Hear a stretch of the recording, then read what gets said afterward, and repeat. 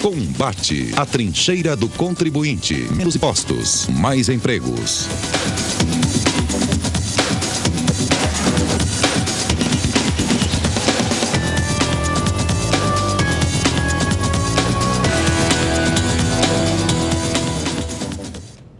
Boa noite, amigos e amigas. Estamos iniciando um novo programa Combate, um programa da Confederação Nacional de Serviços.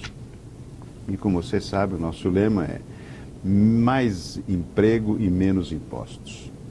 E hoje, para falar um pouquinho sobre a nova realidade econômica do Brasil em função do novo governo, nós convidamos o físico formado com realce em economia, o consultor Samuel Pessoa, que tem uma consultoria chamada Heylians, aqui consultoria já de âmbito nacional, e que fala um pouquinho sobre essa realidade econômica.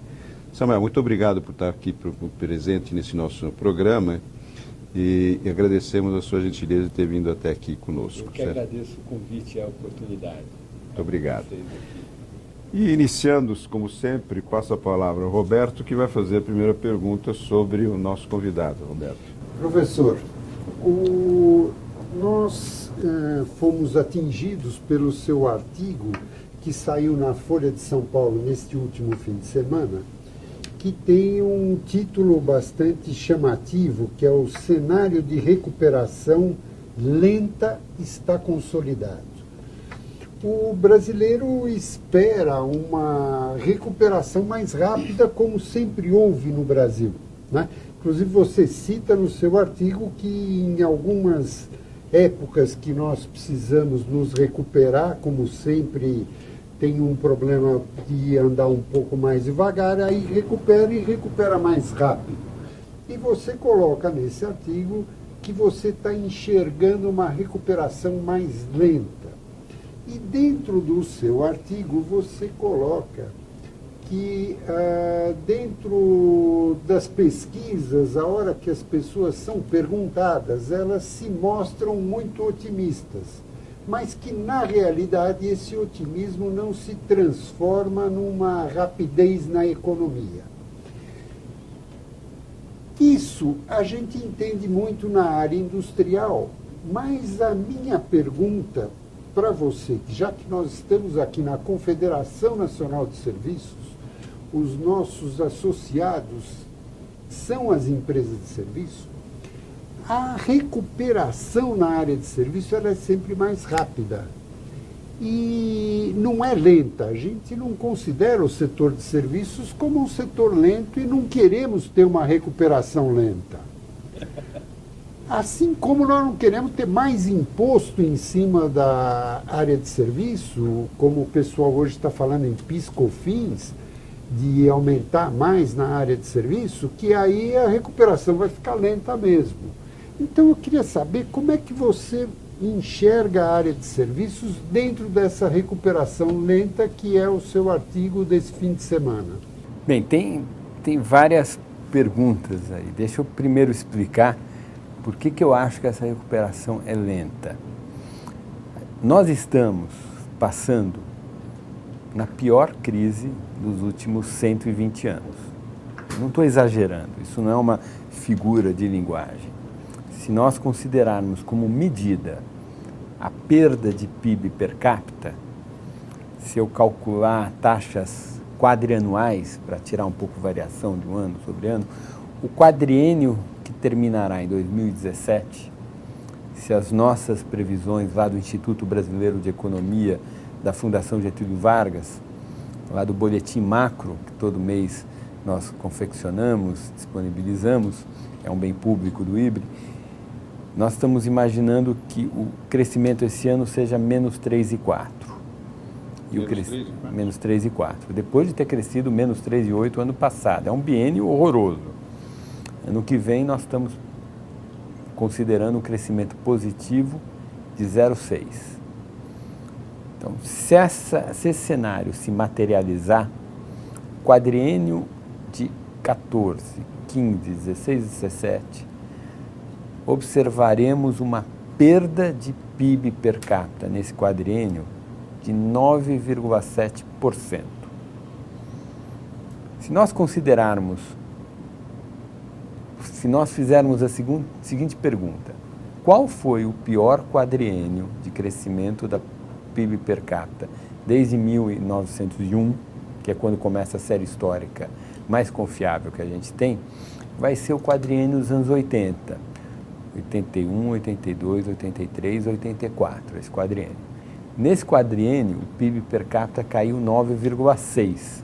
Se os nossos números estiverem corretos, o PIB per capita nesse quadriênio atual, terminado em 2017, cairá 9,7, com um agravante. Lá nos anos 80, a população brasileira crescia 2,5% ao ano. Agora, a população cresce 0,8% ao ano. Então, nós estamos falando de mesma queda de PIB per capita para uma taxa de crescimento populacional muito menor. Então, é uma situação dramática e é por este motivo que esta recuperação é mais lenta. Porque essa não é uma crise regular, ela não é uma crise cíclica, natural do funcionamento das economias de mercado, ou uma crise fruto de algum problema macroeconômico que precisa ser corrigido, como nós tínhamos, por exemplo, em 98, em que o sistema cambial precisava ser alterado e a alteração do sistema cambial gera alguns problemas na economia. Mas o resto da economia, a microeconomia, as coisas estavam melhorando naquela época. Então teve a chacoalhada, o problema, a necessidade de um ajustamento em 99, foi um ano difícil, mas em 2000 a economia já cresceu 4,3%. O outro exemplo de uma questão muito pontual foi a transição do governo FHC para o governo Lula. Em função de tudo que o PT ficou falando durante muito tempo, havia naquela oportunidade, 2002, uma enorme dúvida de como seria a política econômica do governo Lula. Então o câmbio subiu muito, isso gerou problemas na economia, acelerou a inflação, então o Banco Central foi obrigado a subir muito os juros, isso desacelera. Problemas macroeconômicos, fruto de uma crise de expectativa com medo do que viria à frente com o novo governo. Uma vez que teve cartas ao brasileiro, o ministro Antônio Palocci começou em 2003 com medidas de muita qualidade. Na verdade, a gente sabe que a política econômica dos primeiros 3 anos do primeiro mandato do governo Lula foi de altíssima qualidade. Rapidamente nós recuperamos e em 2004 crescemos 5,7%. Ou mesmo o choque que foi a crise das hipotecas de má qualidade americanas, lá que explodiu com a quebra do banco Lehman Brothers em setembro de 2008, que fez com que a economia andasse muito mal em função desse choque externo em 2009. Ora, arrumamos a casa, em 2010 crescemos 7,5%. Agora não. O que aconteceu de diferente? A gente tem 2 problemas muito dramáticos. Um, que é um esgotamento de uma série de planos de investimento que foram gestados nos últimos 10 anos. No governo anterior, esses planos de investimento, eles eram de má qualidade, o desenho ruim, a execução foi ruim, mas além do desenho e da execução ser ruins, o objetivo estava errado. É tentar construir navios sem nenhuma competitividade do nosso setor produtivo não faz sentido. Tentar internalizar integralmente a cadeia produtiva do petróleo não faz sentido. São programas que só ficaram de pé porque tinha muito subsídio público sustentando esses objetivos. Ora, quando o Estado brasileiro quebrou, esses programas foram... Mas por que quebrou? Eles quebraram porque acabou o dinheiro, porque a gestão foi muito ruim. Então foi má gestão. Você entende que então os programas que foram executados e a gestão desses programas foram péssimos e, portanto, nós criamos um déficit grande em relação a isso. Não porque a economia estava no rumo errado. Não, acho que esse conjunto de programas colocaram a economia no rumo errado. Quer dizer, a nova matriz econômica, que foi implantada a partir de 2009, em seguida a crise, que é o excesso de intervencionismo estatal, que é uma lista, tem mudança do marco regulatório, mudança do plano de negócios da Petrobras, mudança do marco regulatório do setor elétrico, aumentar as tarifas de importação para 100 produtos, que depois foi desfeita, uma política de desoneração toda atabalhoada e sem muito critério, pacote imenso, estimular um sobreinvestimento no setor automobilístico com Inovar Auto, que criou uma capacidade instalada de 5 milhões de unidades de ano, quando o mercado doméstico absorve 2,5. Esse pacote, ele não fica de pé. Não foi alguma coisa construída pelo mercado com uma boa regulação estatal. Você achou, então, que nesse processo houve uma pressão para alguns setores empresariais que pressionaram o governo a tomar decisões erradas? Eu acho que tem uma ideologia daquele governo de que achava que isso era certo, mas tentaram imitar o modelo de desenvolvimento da Coreia.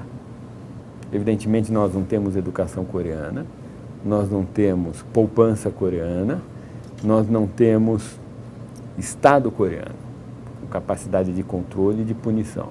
A gente não tem nada da Coreia. Esses caras tentaram reproduzir o modelo coreano aqui, quando a gente não é Coreia, a gente é uma sociedade muito diferente da Coreia. E deu tudo errado.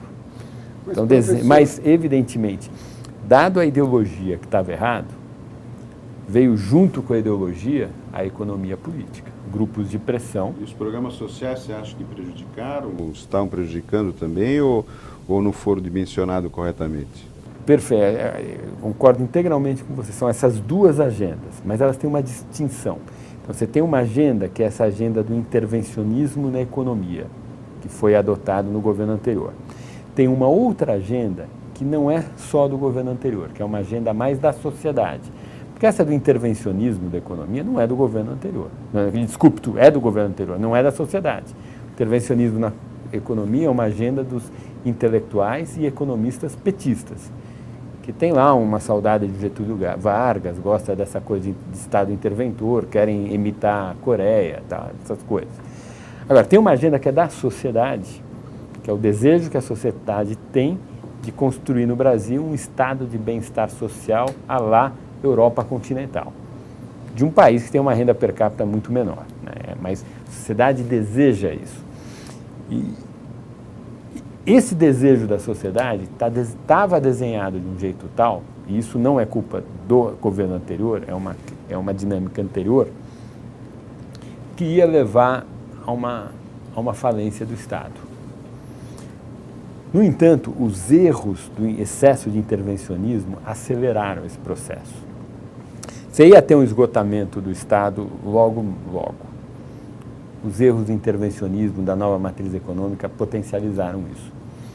Um exemplo, os estados estão quebrados. Então, por que é uma recuperação lenta? É uma recuperação lenta porque não é que o câmbio estava fora do lugar ou tinha só uma crise de expectativa porque ia ter uma troca de governo. Não, a economia está machucada. A economia real. A gente tem inúmeros estaleiros que a gente não sabe o que a gente faz. A gente tem inúmeras plantas produtoras de automóvel que não tem mercado para elas. A gente tem inúmeras empresas de construção civil que se prepararam para construir Minha Casa Minha Vida e o Tesouro não tem condições de continuar dando aquele subsídio que ele dava. A gente tem que repensar esse desenho. A gente tem um setor todo produtivo que se preparou para fornecer para a Petrobras e a Petrobras não tem condição. Por que ela não tem condição? Porque nos últimos 8 anos, 7 anos, a dívida dela multiplicou por 4. Ela tinha uma dívida sobrelagida, uns 8, 9 anos atrás, de 1,5. Hoje, dívida sobrelagida da Petrobras, sobre geração de caixa da Petrobras, está em 4, 5. E a produção da Petrobras, que era 2 milhões de barris de petróleo dia lá atrás, hoje é 2,5 milhões. Então, você multiplicou o endividamento da empresa por 4 e a produção subiu 25%. Os senhores são empresários, conhecem. O que acontece com qualquer firma, qualquer empresa, que multiplica seu endividamento, em 8 anos, multiplica seu endividamento por 4 e a produção aumenta 25%? Se aumentar o lucro... Mas dá para aumentar o lucro? Não dá para aumentar. Aumentando a produção 25%? Não, por isso, se tiver uma margem de lucro alta, realmente pode compensar essa diminuição da produção. Mas acho que o Roberto queria... Mas, professor, então, no quadro, resumindo um pouquinho aqui, o quadro que você coloca, é que nós temos dois problemas. Um, que é um problema transitório. O governo passado fez planos de investimentos inadequados e hoje nós estamos vivendo as consequências desses planos de investimento de duas formas. Trouxe um prejuízo, houve um furo no caixa, e a outra, o que nós fazemos com esses investimentos que foram feitos, né? E, por outro lado, nós temos um problema das nossas escolhas, do tamanho do nosso governo social. Isso, hoje, a gente analisa que está sendo colocado em choque no Rio de Janeiro, porque o Rio de Janeiro hoje não tem dinheiro no caixa para pagar os funcionários, e os funcionários, além disso, estão querendo um aumento. Então, como é que nós vamos resolver esses problemas que estão começando nos estados? No Rio de Janeiro, mais rápido, como sempre no Brasil, as coisas acontecem primeiro no Rio de Janeiro. É o estado que puxa as coisas no Brasil. Então, dá para se prever que isso vai acontecer nos outros estados também. Como é que nós vamos conseguir resolver esses problemas para começar uma recuperação lenta? Porque precisa primeiro resolver isso. Vai ser tudo ao mesmo tempo. A recuperação vai vir antes que nós resolvamos completamente esses problemas. A recuperação já está no radar. Quando eu digo que o ano que vem a economia vai crescer 0,6, é 0,6 da média do ano que vem contra a média desse ano. Mas no nosso cenário, se eu considerar só o quarto trimestre do ano que vem, pego assim, o crescimento no quarto trimestre do ano que vem, em comparação ao trimestre imediatamente anterior, o terceiro trimestre. Anualizo ele, vai dar 4% ao ano. Quer dizer, a economia no final do ano que vem, ela estará rodando ao ritmo de 4% ao ano. Quais os setores que vão implementar isso? Porque, Samuel, é o seguinte, a gente sabe que, como nós falamos no começo, a gente quer menos impostos e mais emprego. E o emprego está hoje no setor de serviços. Não tem a menor dúvida disso. 70% da mão de obra está alocada no setor de serviços. E é o setor que no mundo inteiro é que... Grande setor empregador. Empregador, né? que existe. Como é que a gente pode fazer com que esse setor continue empregando e aumente o seu emprego? Nós temos uma proposta, você já conhece, que é uma diminuição da carga tributária sobre a folha de pagamento. Quer dizer, você desonerar o trabalho, tirar os 20% de INSS sobre a folha e transformar numa contribuição previdenciária específica sobre alimentação financeira, que arrecadando a mesma coisa, a gente conseguiria diminuir a carga tributária sobre o trabalho, né? Você fala que também precisamos equalizar os impostos para que todos os setores paguem a mesma coisa. Eu concordo, não estou dizendo que não posso, mas não pode um setor, por exemplo, dos serviços que muitas vezes não é considerado no cálculo do imposto os impostos sobre a Previdência, que é o maior insumo nosso, né, de custo, que é a mão de obra, e que deveria ser considerado. Por isso a gente quer desatrelar isso sobre a folha, sobre o salário, para que todo mundo pague essa sua contribuição previdenciária. Como é que você vê isso? Aonde a gente pode implementar mais rapidamente para aumentar a empregabilidade e se essa proposta que nós estamos colocando é uma proposta viável? Eu acho assim, a gente teve uma experiência com desoneração da folha no governo Dilma, ela não foi bem sucedida. Desculpe, mas não foi uma experiência, aquilo foi uma maldade que foi feito para os empresários que não obtiveram esse beneplácito da desoneração. Porque só alguns foram privilegiados. Exatamente, e gerou um problema fiscal, né? Eu acho assim, primeiro, eu acho muito difícil desonerar antes de resolver o problema fiscal. Então, mas estamos falando assim, mudar a base. A gente tem uma base da Previdência que é a folha de salários. Vamos mudar para uma contribuição sobre movimentação financeira? A minha tendência é não gostar muito dessa tese. Eu acho que a contribuição previdenciária, como ela é um seguro contra a perda de capacidade laboral, eu acho razoável que seja amarrada ao trabalho, porque é uma renda que é deixada de lado para fazer um pecúlio, para que a pessoa use aquilo quando ela perder a capacidade de trabalhar, e ela faz isso enquanto ela trabalha. No limite, a gente poderia Desculpe imaginar... só de interromper. Veja bem, eu não estou querendo acabar com a arrecadação do funcionário em cima do trabalho. Esta sim é uma remuneração que vai continuar. O de 9% a 11%, que é sobre o salário do empregado, essa continua, porque exatamente é o pecúlio que você está falando. Eu estou falando da contribuição patronal, que é dos 20%. Eu entendo. Por que o patrão não pode pagar? Por que toda a sociedade não pode pagar? Por que, por exemplo, a igreja, as ONGs, ou a pessoa que não tem um trabalho, não tem uma indústria, ou a agricultura, por exemplo, paga menos previdência? Então, são duas questões, né? Então, vamos lá. Primeiro, vamos discutir a questão da contribuição patronal.